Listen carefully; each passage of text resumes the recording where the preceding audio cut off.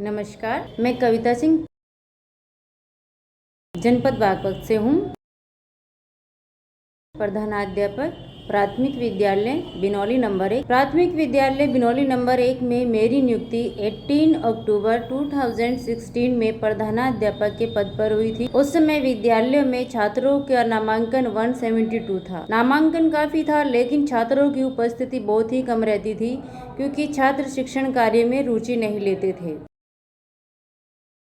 उसी समय हमारे जनपद बागपत में श्री अरविंदो सोसाइटी द्वारा शून्य नवाचार में प्रशिक्षण दिया जा रहा था, जिसमें मैंने भी प्रतिभाग किया और वहां पर बच्चों को हम किस प्रकार से नई नई नवाचारों, गतिविधियों और खेल खेल में बच्चों को शिक्षण कार्य करा सकते हैं, ये वहां पर बताया जा रहा था, जो मैंने आकर अपने विद्यालय में इम्प्लीमेंट्स करना शुरू कर दिया। साथ ही साथ मैंने अभिभावकों और छात्रों को सम्मानित करना, उनके साथ बैठ के लेना और बच्चों को नए नए तरीकों, गतिविधियों, खेल, TLM, प्रोजेक्टर, इन सभी तकनीकों का इस्तेमाल करना शुरू कर दिया, जिससे बच्चों में शिक्षण कार्य में रुचि बढ़ने लगी।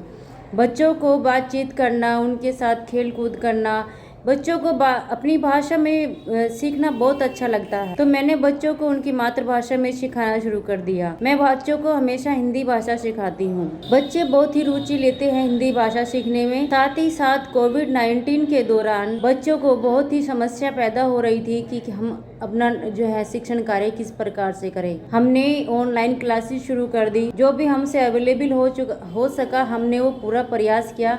तभी हमारा कोविड-19 के दौरान अरविंदो सोसाइटी के द्वारा हमारे संपर्क हुआ। उसमें हमेशा उन्होंने प्रति सप्ताह हमारे एक बैठक ली जाती थी ऑनलाइन, और उसमें हमें बच्चों को बताया जाता था कि हम बच्चों को किस प्रकार से नई नई तकनीकों के द्वारा उनसे बातचीत करके किसी टॉपिक को किस प्रकार से हम बच्चों से ही निकलवा सकते हैं, तो वो बच्चे जो हैं अच्छे से उनको सीखने लगे।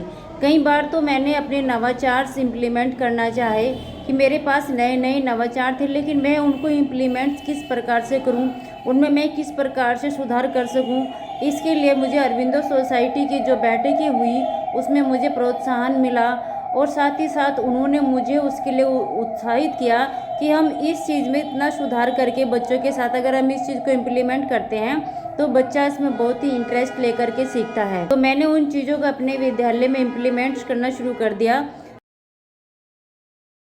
साथ ही साथ बच्चों को जो भी इनोवेटिव पाठशाला ZIEI द्वारा चलाई जा रही है, उसके द्वारा मैंने बच्चों को पढ़ाना शुरू कर दिया। बच्चों ने उसमें इंटरेस्ट लिया और बच्चों को उसमें खेल खेल में ग्रिड गेम भी है और बहुत सारी चीज़ें हैं। अभी बच्चों को मैंने एक नया टॉपिक जो मेरे साथ साझा किया था श्री अरविंदो सोसाइटी के अखिलेश जी द्वारा, परिवार।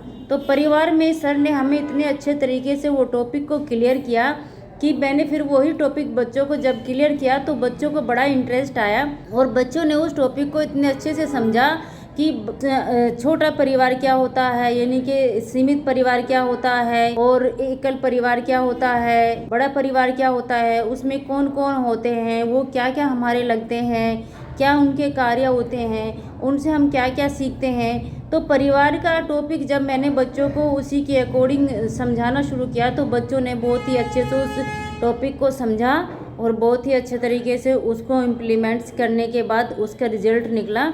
बच्चों से जो भी क्वेश्चन पुटअप किए जा रहे थे, बच्चे उनका बहुत ही अच्छे से आंसर भी दे रहे थे। इसके लिए मेरे विद्यालय में धीरे धीरे छात्रों की उपस्थिति और नामांकन में वृद्धि होनी शुरू हो गई। तो इसके लिए मैं श्री अरविंदो सोसाइटी जी को धन्यवाद देना चाहूँगी कि उन्होंने बहुत ही अच्छा एक जो इनोवेटिव पाठशाला का जो ऐप शुरू किया है नवाचार का, जिसमें बच्चों के लिए बहुत अच्छी अच्छी गतिविधियां हैं। बच्चा किसी भी गतिविधि से अपने टॉपिक को क्लियर कर सकता है। उसके लिए मैं धन्यवाद करती हूँ। बहुत बहुत धन्यवाद। नमस्कार।